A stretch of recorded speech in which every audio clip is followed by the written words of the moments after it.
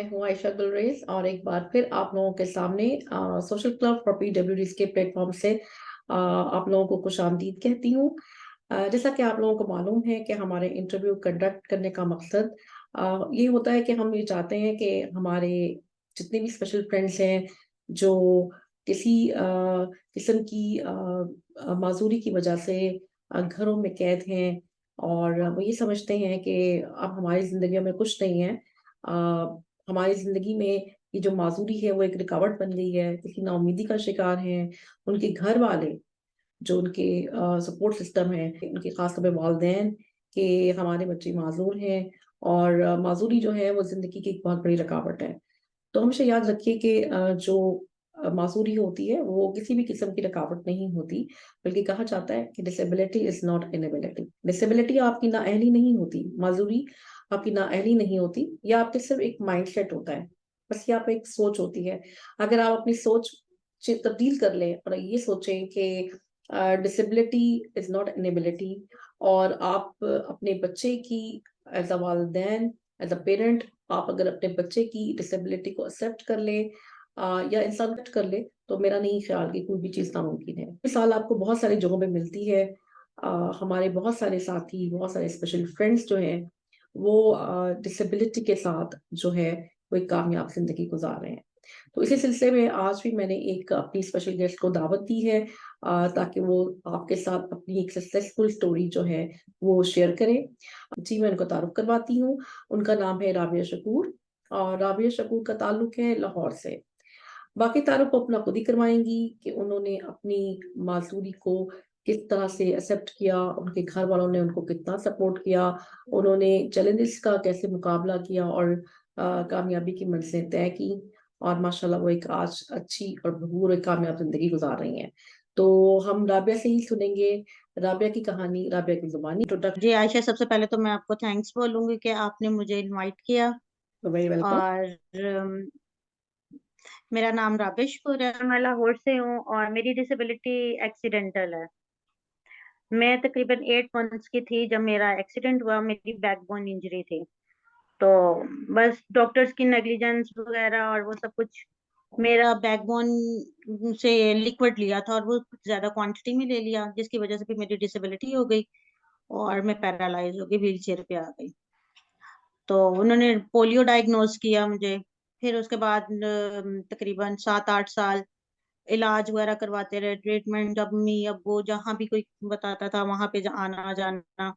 फिर उसके बाद जब मैं थोड़ी मिच्योर हुई, मतलब 8 साल तक मैंने ट्रीटमेंट बहुत ज्यादा कराया। फिर उसके बाद मैंने ये डिसीजन लिया, नहीं अब मुझे पढ़ना है, मुझे कुछ करना है। फिर अल्हम्दुलिल्लाह अब्बू ने बहुत साथ दिया, साथ साथ थोड़ा बहुत ट्रीटमेंट भी चलता रहा। फिर मेरी स्कूलिंग स्टार्ट हुई, पीएचसी में मैंने स्कूलिंग स्टार्ट की।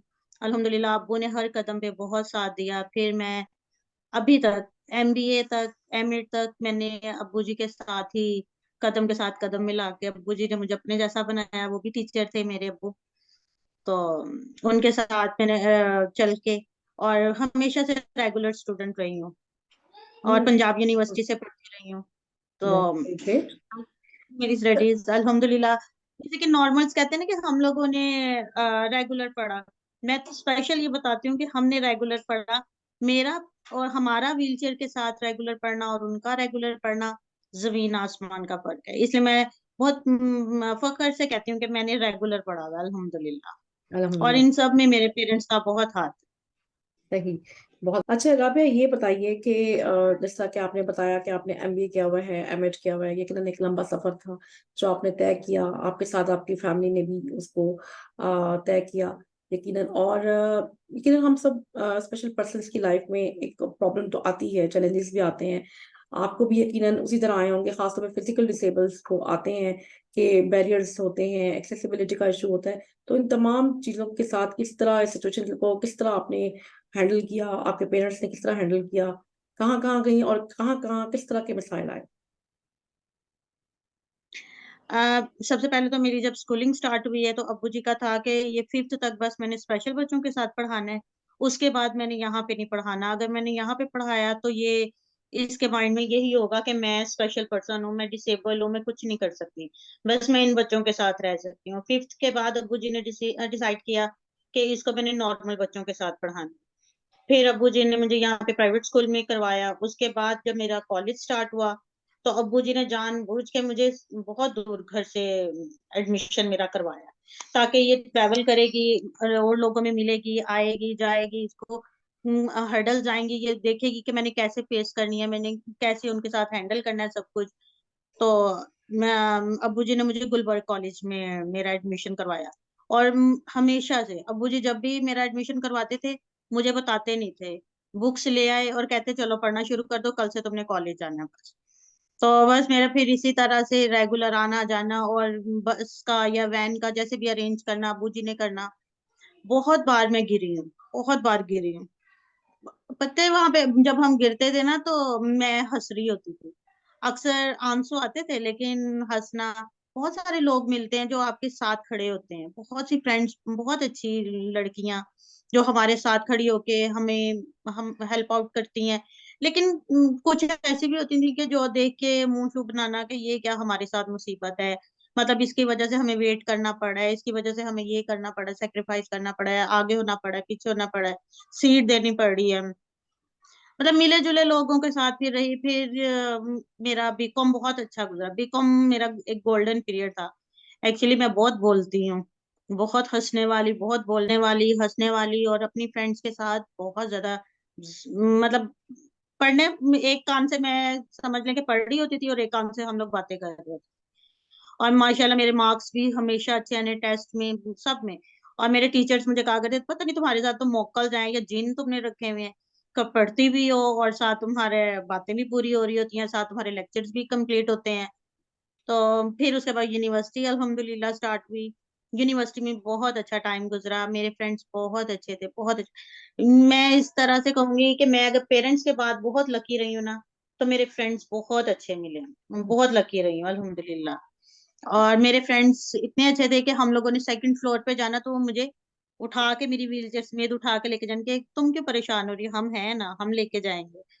तो उन लोगों ने खुद से मैनेज करना, क्योंकि जब मैंने यूनिवर्सिटी में पढ़ा, एमबीए किया, तो वहां पे रैंप वगैरह बिल्कुल नहीं थे। फिर मुझे देख के उन्होंने रैंप बनवा के दिया। लेकिन जब फिर मेरा फर्स्ट फ्लोर सेकंड फ्लोर पे क्लास होती थी, तो टीचर्स तो सेक्रीफाइस नहीं करते, कुछ कर लेते थे, कुछ नहीं करते थे कि नहीं ऊपर ही आना पड़ेगा। तो फिर मेरे फ्रेंड्स मेरे साथ मैनेज करते थे, और मैं फर्स्ट टाइम तब इस्लामाबाद गई थी ट्रिप पे। मैं वो लड़की थी जिसको एक बाहर से बिल्कुल बाहर निकलने की परमिशन नहीं मिलती थी, कि नहीं जिस जहां जाना है पेरेंट्स के साथ जाना है, भाई के साथ जाना है। लेकिन फिर मेरे फ्रेंड्स के साथ अब्बू जी ने कहा नहीं इसको जाने दो, फिर मैं मरी तक गई। फिर यूनिवर्सिटी मेरी खत्म हुई तो फिर मैंने जॉब स्टार्ट की। फिर मैंने एक मेडिसिन कंपनी में तकरीबन 5-6 साल जॉब की। वहां पे भी अब्बू ने बहुत साथ दिया। और मेरे ऑफिस कलीग्स बहुत अच्छे थे, मेरे बॉस बहुत अच्छे थे, बहुत कोऑपरेटिव थे, हर तरह से मेरे लिए मैनेज करते और सब कुछ अच्छा था अल्हम्दुलिल्लाह। अल्हम्दुलिल्लाह। हाँ, यकीनन राबिया, सिर्फ हमारी फैमिली का हाथ नहीं होता इसमें, इसमें हमारी पूरी सोसाइटी का हाथ होता है। हमारे इनके जो हाँ माहौल बेशक, में लोग होते हैं, ऐसे हमारे ही है। फ्रेंड्स होते हैं, हमारे कुलीग्स होते हैं, अगर वो भी हमारे साथ सपोर्ट करें तो यकीनन फिर बहुत अच्छा एक सपोर्ट सिस्टम के साथ काम चलता रहता है। अच्छा राबिया, आपने बताया कि आपने 5 क्लास तक स्पेशल एजुकेशन स्कूल में पढ़ी आप, और फिर आप उसके बाद इंक्लूसिव एजुकेशन ये रेगुलर स्कूल में आ गई। तो क्या डिफरेंस हम्म दिखा इन दोनों स्कूलों के दरमियान आपने? जी। अच्छा, जब मैंने स्पेशल एजुकेशन में पढ़ा तो मुझे वहां के बच्चों को देख के मुझे ऐसा लगता था कि मैं, मेरे में कोई चेंज नहीं आ रहा। टीचर्स अच्छे थे, कोऑपरेटिव थे, लेकिन उस सिस्टम में, और जब मैं प्राइवेट में आई मेरे में बहुत कॉन्फिडेंस आया था। मीन्स के मेरी स्टडीज बहुत ज्यादा एकदम ऐसे जैसे पॉलिश नहीं हो जाता इंसान, कि उस सिस्टम से ऐसे लगता है कि जैसे हम लोग, कुछ लाइंस हैं, कुछ पॉइंट्स है जहाँ पे हम फंसे हुए हैं। तो ये कहने जो का मतलब है प्राइवेट कि सिस्टम आपके है। अंदर जब आप रेगुलर एजुकेशन की तरफ आई तो आपको अपने अंदर कॉन्फिडेंस फील हुआ। हाँ अच्छा राबिया, आपने बेसिकली एमबीए फाइनेंस किया हुआ है और एमएड किया हुआ है, और जी जी। साथ में मैंने सुना है कि आपको पेंटिंग का बहुत शौक है, कैलीग्राफी का बहुत शौक है। तो ये तो दो मुख्तलिफ हाँ चीजें हैं, एमबीए फाइनेंस।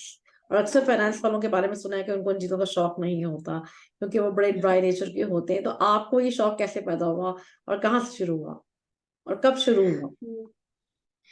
मैं बचपन से ही बहुत छोटी थी और अभी तक मेरे पास वो सारी पेंटिंग्स, वो चीजें, कलर्स, अभी तक मैंने कुछ चीजें तो संभाल के रखी हुई हैं। बचपन से मुझे कलर्स बहुत पसंद है, कलर्स के साथ खेलना, अपनी सारी पॉकेट मनी इधर इन्वेस्ट करना। और मुझे ड्रेस डिजाइनिंग का बहुत शौक है, पेंटिंग्स का बहुत शौक था।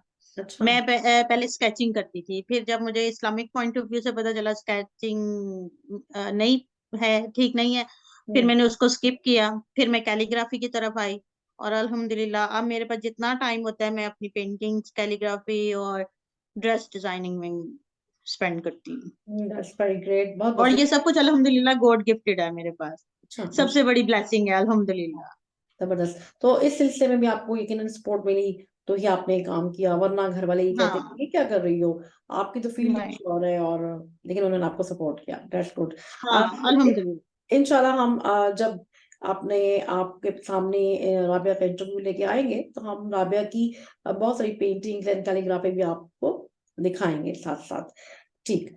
अच्छा, इसके अलावा आप मुझे ये बताइए राबिया कि आप एंटी सोशल हैं या सोशल हैं? अभी वैसे आपने बताया कि आप बहुत बातूनी है, तो ये सोशल ही होंगी, फ्रेंड्स भी बहुत होंगे। सोशल, बहुत सोशल। बल्कि इस बात पे तो मुझे बहुत डांट पड़ती है अच्छा। क्योंकि मेरी फ्रेंड्स मेरी एज फेलोज भी है और आंटीज भी बहुत ज्यादा हैं। अच्छा। और सही। और मेरी तकरीबन सबसे ही बहुत बनती है और घर में सबसे ज्यादा फ्रेंड्स भी मेरे ही हैं। That's good. फारिग औकात में क्या करती हैं, पेंटिंग के अलावा कोई शौक है? ड्रेस डिजाइनिंग और आजकल मैं ट्यूशंस पढ़ाती हूँ। तो किस लेवल के बच्चों जी, को ट्यूशन पढ़ाती हैं? मैं 10th तक। 10th तक, और कौन सा सब्जेक्ट पढ़ाती हैं? सारे साइंस तो सब्जेक्ट्स भी और सारे सब्जेक्ट। सारी चीजों को कैसे मैनेज करती हैं, जॉब के टाइमिंग क्या है और साथ में आप फिर ये भी करती हैं? जॉब मैंने बस कुछ मैं तब बीमार हो गई थी, बीमार थी कुछ, मेरे से बर्डन बहुत ज्यादा हो गया था। ट्यूशंस पढ़ाना, फिर उसके बाद जॉब को कैरी करना, फिर उसके साथ पिक एंड ड्रॉप का, कुछ अब्बू जी का एज फैक्टर ऐसा था कि अब्बू जी अब मेरे साथ नहीं कर सकते थे। तो फिर इसलिए मुझे वो जॉब से थोड़ा स्किप करना पड़ा कि मैं जॉब छोड़ दूं और घर में ट्यूशंस पढ़ाऊं और अपनी पेंटिंग्स और जो मेरे पास पर्सनली स्किल्स हैं मैं उनकी तरफ फोकस करूं और उनकी तरफ तो अपने लिए क्या कुछ ना आप कुछ अपनी करूं। पेंटिंग्स को और कैलीग्राफी को डिस्प्ले भी करती हैं फॉर सेल? जी, मैंने डिस्प्ले भी करती हूँ, काफी जगहों पे हम लोगों ने स्टॉल्स लगाए हैं, फिर मैंने सेल आउट भी काफी सारी की हैं। और मेरे पास बल्कि जितनी थी तकरीबन 60-70 पेंटिंग्स मैंने अभी सेल की थी लास्ट ईयर। तो अब मेरे पास मैं दोबारा से बना रही हूँ। ज्यादा कौन सी मीडिया पे बस ये काम चलता रहता है। ज्यादा कौन सॉरी। सी ज्यादा कौन सी मीडिया पे काम करती हैं, ऑयल मीडिया, वाटर मीडिया, किस मीडिया को काम करती हैं? मिक्स। मिक्स। वाटर पेंट ज्यादा मैं करती हूँ। वाटर पेंट हम्म। का बहुत ज्यादा शौक है, ठीक है। अच्छा, क्योंकि वो लिखना होता है ना, कैलीग्राफी करनी होती है, तो फिर वो वाटर पेंट पे जरा जल्दी होता है अच्छा आपको काम। वाटर पेंट ज्यादा पसंद है, गुड। हम्म। अच्छा राबे, ये बताइए कि आपको क्या लगता है कि WWDs जो हमारी वुमेन विद डिसेबिलिटीज हैं, उनकी क्या प्रॉब्लम्स हैं, कोई खास पर्टिकुलर प्रॉब्लम? एक्सेप्टेंस नहीं है। हम्म। एक्सेप्टेंस नहीं है। बिकॉज जब मैंने एमबीए किया था ना, तो मुझे तब ये मैं बहुत खुश थी कि मुझे लगता था कि मैंने अपनी डिसेबिलिटी को बहुत पीछे छोड़ दिया। ये स्टिग्मा जो मेरे पे लगा हुआ था कि मैं स्पेशल पर्सन हूँ, स्पेशली व्हील चेयर यूजर हूँ, हम्म। तो ये स्टिग्मा जो था ये मेरे पे खत्म हो गया। मैं अब आगे अपनी डिसेबिलिटी को खत्म करके एक नॉर्मल इंसान की तरह जिंदगी गुजार। लेकिन मुझे उसके बाद जब मैं सोसाइटी में आई, जॉब करनी शुरू की, लोगों से मिलना शुरू किया, तब मुझे फील हुआ कि नहीं, ये अब ज्यादा सीरियस हुआ। अच्छा। एक्सेप्टेंस नहीं, डिफरेंस नहीं है। एक्सेप्टेंस नहीं है, फिर उसके बाद एक्सेसिबिलिटी नहीं है। तो एक्सेप्टेंस के लिए बहुत सी आपके जगहों पे ख्याल हमें में, एक्सेप्टेंस नहीं है तो आपके ख्याल में ऐसा क्या करना चाहिए, किस तरह लोगों में से एक्सेप्टेंस लाई जा सकती है? मतलब हमने ही सजेशन देनी है लोगों काउंसलिंग को। काउंसलिंग करनी कौन चाहिए सा? हम लोगों को। बात, कोई ना कोई प्लेटफॉर्म होना चाहिए जहाँ पे हमें बोलना चाहिए, हम्म। जहाँ पे ये इतना म्यूजिक सुना जाता है, जहाँ पे इतना कुछ और सुना जाता है, वहां पे ये भी चीज सुननी चाहिए कि हम लोग भी इंसान हैं, हम लोगों को भी एक्सेप्ट किया जाए। देखें, जब एक इंसान रेगुलर पढ़ के आता है, जो कि मैंने आपको शुरू में ही बताया कि मैं बड़े जी, फखर से बताती हूँ कि मैंने रेगुलर पढ़ा, बिल्कुल। तो जो बंदा एक पढ़ के आ रहा है, रेगुलर करके आ रहा है, सब कुछ कर रहा है, उसके मार्क्स वो फर्स्ट डिवीजन के साथ आ रहा है, तो आपको लगता है कि वो जॉब नहीं कर सकेगा, आपको लगता है कि वो अपनी मैरिज लाइफ नहीं स्टार्ट कर सकेगा, आपको लगता है कि वो अपनी घर की जिंदगी, अपने बच्चे, अपना घर सब कुछ नहीं कर सकता, वो हम्म, मेरा ख्याल है कि वो नॉर्मल इंसान से ज्यादा अच्छा कर सकता है। नहीं एग्जैक्टली। लेकिन हमें अगर बहुत सी जगहों मेहनत कर पे, सके तो बराबर अच्छा कर सकता है। वही ना, लेकिन बहुत सी जगहों पे हम लोगों को वो छोड़ दिया जाता है कि नहीं ये नहीं करना, वो नहीं करना, बस ये तो है। एक्सेप्टेंस नहीं। बिल्कुल ठीक कहा। होनी चाहिए। ये नहीं कि हाँ। किसी एक एक्सपेक्ट की हम बात कर रहे हैं या एजुकेशन की हम बात कर रहे हैं, वो तो आ गई है किसी हद तक, वो भी किसी हद तक। हम्म। लेकिन कुछ मामलों में अभी भी हम हमारे यहाँ एक्सेप्टेंस नहीं है सोसाइटी में। बिल्कुल सही। अच्छा राबिया, अब इसके अलावा ये बताइए कि घर में जब आप फारिग होती हैं, कोई घर के काम काज करती हैं, खाना बनाना आता है आपको? सिर्फ चाय आती है और ऑमलेट आता है बस। चाय और ऑमलेट आता है? और खाने में पसंद क्या है आपको? खाने में मैं बहुत कम खाती हूँ, बहुत कम खाती हूँ। हम्म, सही। हम्म। लेकिन फिर भी कोई एक स्पेसिफिक चीज जो पसंद हो, चूजी नहीं है खाने में, क्योंकि आपने कहा कि आप नहीं, खाती ही नहीं है, खाती बहुत कम हो। बहुत कम खाती हूँ मैं, ये डांट खाती हूँ। नान खाती हो? ओह ये तो हर खाने कोई क्योंकि खाता है। खाना नहीं है। ये तो हर कोई ना खाता है फ्रूट्स तकरीबन। खाती हूँ। अच्छा, ना फ्रूट्स खाती हूँ मैं, बहुत कम खाती सही। अच्छा, म्यूजिक का शौक है? हूँ। हाँ। किस किस्म के म्यूजिक का? बहुत। किस किस्म के म्यूजिक? मिक्स। कोई गाना आता है? क्योंकि मैं पेंटिंग करती हूँ, पेंटर हूँ, कैलीग्राफी हम्म, करती हूँ, डिफरेंट कलर्स पसंद है, इसी तरह म्यूजिक भी मेरा डिफरेंट, कोई सैड भी गाना? पसंद है बहुत, अच्छा फास्ट सैड। म्यूजिक भी पसंद है।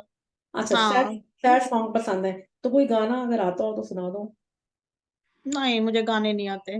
गाने याद नहीं होते, गाने आते नहीं है, बस सिर्फ सुनने का शौक है। नहीं। हाँ, चलो, सुनने का शौक। सही सही। और बुक्स पढ़ने का शौक है? नहीं। नहीं, टाइम नहीं होता ना। एक जमाना था नॉवेल्स पढ़ती थी, फिर हाँ, नहीं। एक जमाने में नॉवेल्स पढ़े जाते हाँ। हैं, एक वक्त आता है कि हाँ, बस फिर फिर। रियलिटीज नहीं लगती। सही। अच्छा हाँ, फिर नहीं लगती। सही। राबिया, आखिर में कोई पैगाम देना चाहो सब अपनी पर्सन विद डिसेबिलिटीज को, अपनी कम्युनिटी को, उनके घर वालों को, कोई एक। वो तो हमने खवातीन के हवाले से बात की थी कि एक्सेप्टेंस नहीं है, अब हम इन जनरल बात कर रहे हैं। मैं अगर सोसाइटी के तरफ से भी बात करूँ तो मैं सबसे पहले एक्सेप्टेबिलिटी कहती हूँ, फिर फैमिली की तरफ से बात करूँ तो कैपेबिलिटी कहती हूँ, फिर उसके बाद थर्ड पे मैं कहती हूँ कि हमारे पास एक्सेसिबिलिटी होनी चाहिए। हम्म, हर जगह, हर जगह, हर मामले में एक्सेसिबिलिटी हो, हम्म। और फिर हम कहीं जाके अपनी डिसेबिलिटी को रिमूव कर सकते, अपनी डिसेबिलिटी को रिमूव कर सकते हैं। आज हम यकीनन अभी भी बहुत सारे मसाइल हैं, एक्सेप्टेंस नहीं है, इसके ऊपर हमने बात की। लेकिन कोई पॉजिटिव चेंज आपको बिल्कुल नजर नहीं आता? आप अपने बचपन से लेके अपनी यंग एज से, अभी भी आप यंग हैं यकीनन, लेकिन अब इस एज में आप आ गई हैं, जॉब कर रही हैं, तो क्या आपको कोई सोसाइटी के अंदर डिफरेंस फील नहीं होता? या मैंने आपको? आपको आयशा बताया ना, जी जी। जैसे मैंने आपको शुरू में बताया ना कि मैंने कॉलेज, जब कॉलेज स्टार्ट हुआ मेरा, हम्म, तो मैंने तब मिक्स लोगों को देखा था। फर्स्ट टाइम मैंने फर्स्ट टाइम देखा था ऐसा कि मिक्स बिहेवियर थे। कुछ अच्छा। लोग हमारे साथ खड़े होते थे, कुछ लोग हमें गुस्से से देख रहे होते थे, कुछ को वेट करना पड़ता था। तो इसी तरह अभी भी ऐसे ही है। माशाल्लाह से कुछ लोगों को देखो इतनी खुशी होती है कि बहुत काम कर रहे हैं, नहीं लेकिन कुछ राबिया, लोग, ये तो एक रवैये के मुतालिक है ना, ये रवैये हैं हमारे जो हमें वक्त के नहीं, साथ मैं साथ। वही आपको बता रही हूँ, जी। मैं वही आपको बता रही हूँ कि इसी तरह से अभी हम देखते हैं, तो कुछ लोगों में इतना पॉजिटिव बिहेवियर, वो सॉरी पॉजिटिव चेंज आया है कि वो अपने सड़कों पे निकलते हैं, सड़कों पे चलना शुरू कर देते हैं, हम ये भी कर सकते हैं, हम वो भी कर सकते हैं। मतलब ये काफी अच्छा चेंज है, मैंने देखा है लोगों में, वो मांगने वाला सिस्टम, या वो लोग बच्चे, पेरेंट्स कहते थे पहले तो बिल्कुल पढ़ाना ही नहीं है। पहले मैंने तो ये बचपन से हम लोगों ने देखा था कि ये बहुत मेरा कम लोग आप निकले। पूछने का मकसद है कि सोसाइटी में ओवरऑल कोई चेंज। एक तो होता है ना कि रवैये रवैये, यकीनन रवैयों से ही बात शुरू होती है, यकीनन। रवैये अगर पॉजिटिव हम्म। नहीं होंगे, माइंडसेट सही नहीं होगा, तो फिर कोई चेंज नहीं आ सकेगा। लेकिन उनमें से चंद लोग हैं जिनके, आज हमने भी बात की कि पॉजिटिव एटीट्यूड है, या हमने बात की कि एक्सेप्टेंस आ रही है आहिस्ता आहिस्ता लोगों में, पेरेंट्स में, थोड़ी थोड़ी हम्म। कहीं करके। तो आपको उस हवाले से मैं ये बात पूछ रही थी कि जैसे एक्सेसिबिलिटी की हमने बात की, कैपेबिलिटी की हमने बात की, एक्सेप्टेबिलिटी की बात की। तो जैसा हम बड़े शहरों में रहते हैं, बड़े शहरों में रहने वाले हम देखते हैं, अगर अपना ओपिनियन आपको अपनी राय बताऊँ, तो मुझे ये लगता है कि पहले ये चीज़ें बहुत कम थी, मगर अब वक़्त के साथ-साथ ये हो रही हैं चीज़ें। और इंशाल्लाह होती मैं चली वही आपको बता रही हूँ ना, जाएगी। चेंज आ रहा है। इंशाल्लाह, इंशाल्लाह, होपफुली आगे भी आएगा, पॉज़िटिव इंशाल्लाह आएगा। इंशाल्लाह, क्योंकि अभी तक मैंने जहाँ तक देखा है स्टडीज़ में आया है, बिल्कुल, स्टडीज़ में आया है, किसी हद तक जॉब्स में आया है इसी हद तक। और इंशाल्लाह आगे भी आएगा। इंशाल्लाह, इसी उम्मीद के पर्सनल साथ लाइफ में भी आएगा। इंशाल्लाह, वो भी इसी एक उम्मीद। बहुत बड़ा इश्यू है। हाँ, बिल्कुल, बहुत बड़ा इश्यू है, यकीनन, यकीनन हुँ, बहुत बड़ा इश्यू है, बड़ा सेंसिटिव एक इश्यू है हाँ। और सेंसिटिव टॉपिक है जिसके ऊपर हम बात नहीं करते, लेकिन करनी चाहिए क्योंकि बहुत ज़रूरी। नेक्स्ट अपने किसी स्पेशल फ्रेंड के साथ दोबारा हाज़िर होंगी, तब तक के लिए अल्लाह हाफ़िज़।